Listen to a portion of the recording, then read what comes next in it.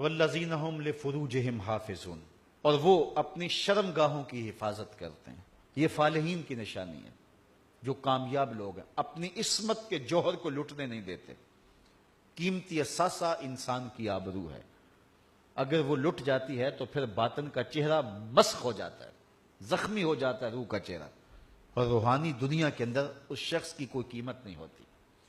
اس لیے جو اپنے باطن کے چہرے کو بچا کے رکھے، اپنی عصمت کی حفاظت کرے، اگرچہ جوانی میں یہ مشکل مرحلہ ہوتا ہے، لیکن میرے رسول نے پورا نصاب دے دیا۔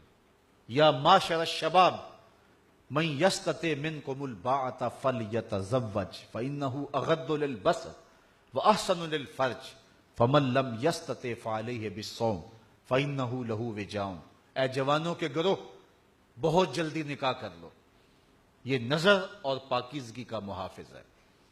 کوئی حرج نہیں ہے، اپنے ماں باپ سے کہہ دو کہ ہمیں شادی کر دو۔ فرمایا بہت جلد نکاح کر دو۔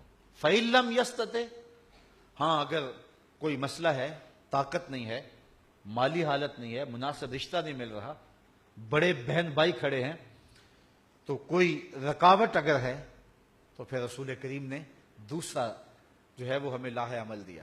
فَعَلَيْهِ بِالصَّوْمِ فَإِنَّهُ لَهُ وِجَاءٌ، فرمایا پھر کثرت سے روزے رکھو۔ رسول اللہ ضمانت دیتے ہیں کہ روزے شہوات کو توڑتے ہیں، تو جب تک نکاح نہ ہو تو کثرت کے ساتھ روزے کر کے جو ہے وہ اپنی خواہشات کو دبانا چاہیے، تاکہ کہیں یہ نہ لٹ جائیں اور روح مسخ نہ ہو جائے اور باطن کا چہرہ زخمی نہ ہو جائے۔ الا علی ازواجہم او ما ملکت ایمانہم، مگر اپنی بیویوں یا شرعی باندیوں پر جو ان کی ملک میں ہیں، ان کے ہاتھ میں ہیں، فإنہم غیر ملومین، اس پر انہیں کوئی ملامت نہیں ہوگی، یہ تو ان کا شرعی حق ہے۔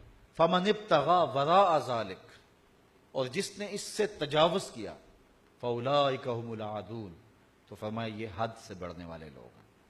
والذین هم لاماناتہم وعہدہم راعون، یہ نہیں کہ سجدہ کر لو، روزہ رکھ لو، زکوٰۃ دے دو، لیکن جس کا وعدہ کیا ہے اس کو پورا نہ کرو، عہد کو توڑ دو۔ اسلام مکمل اور کامل دین ہے۔ فلاح پانے والے شخص کے لیے یہ بھی لازمی ہے کہ وہ اپنے وعدے کا پکا ہو۔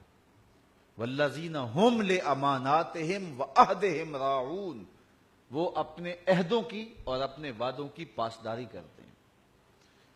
میرے اور آپ کے آقا و مولا حضور نبی رحمت صلی اللہ علیہ وسلم نے کسی سے وعدہ کیا کہ تیرے آنے تک میں یہاں کھڑا ہوں، اور وہ جا کے بھول گیا، اور رسول اللہ کھڑے 3 دن تک حضور وہاں کھڑے رہے، اور 3 دن کے بعد جب وہ آیا تو حضور نے صرف اتنی بات کہی، صاحب تو نے مجھے مشقت میں ڈال دیا، تو وعدہ کیا تھا، غلطی گو اس کی ہے، لیکن کہا میں تو کھڑا ہوں۔